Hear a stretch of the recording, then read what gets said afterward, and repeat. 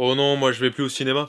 C'est beaucoup trop cher. J'entends pas mal cette phrase autour de moi, et j'ai envie de vous prouver qu'elle est fausse. Déjà, on va faire un rapide tour d'horizon du prix moyen d'un ticket de cinéma selon les pays. Allemagne, 12 euros. Angleterre, 12,05 €. Italie, 9 euros. Espagne, 8 euros. Et si on sort de l'Europe, on est sur du 13,06 € aux États-Unis. En France, c'est estimé à 12 euros en 2025. Alors oui, je te vois venir, c'est pas le prix le plus bas. Sauf qu'en France, on a un petit truc en plus. L'exception culturelle française. Alors je te jure, c'est pas un truc du RM. C'est un terme un peu barbare qui signifie tout simplement que pour chaque ticket acheté, tu contribue à financer le cinéma du pays. Et on est les seuls à faire ça dans le monde. Évidemment, tes 12 euros ne vont pas que là-dedans, ça sert aussi à payer les gens qui gèrent le cinéma, ainsi que les gens qui ont fait le film que tu vas voir. Quand même sympa, ils font un film, tu les rémunères, bon, c'est cool. Mais alors oui, ça reste 12 euros. Et c'est là qu'interviennent les tarifications spéciales. En vrai, qui que tu sois, quel que soit ton âge, quelle que soit ta profession, tu peux payer moins de 12 euros. Les cinémas d'art et d'essai, le printemps du cinéma, les tarifs jeunes, les tarifs étudiants, bref, il y a plein de moyens. En fait, ceux qui payent le plus cher, ce sont ceux qui ne vont que très peu au cinéma dans l'année. Parce que si t'as 32 ans mais que t'y vas 4 fois par mois, tu te prends ta petite carte illimitée et t'es rentable. Mais évidemment, si t'y vas 3 fois dans l'année, tu vas payer plein pot. Ceci dit, ça fait que 36 euros par an, c'est pas insurmontable. D'ailleurs, si tu fais partie de ces gens qui trouvent que le cinéma c'est trop cher, mais qui se rendent en salle uniquement pour voir Fast and Furious 10 en 4DX avec popcorn et boisson,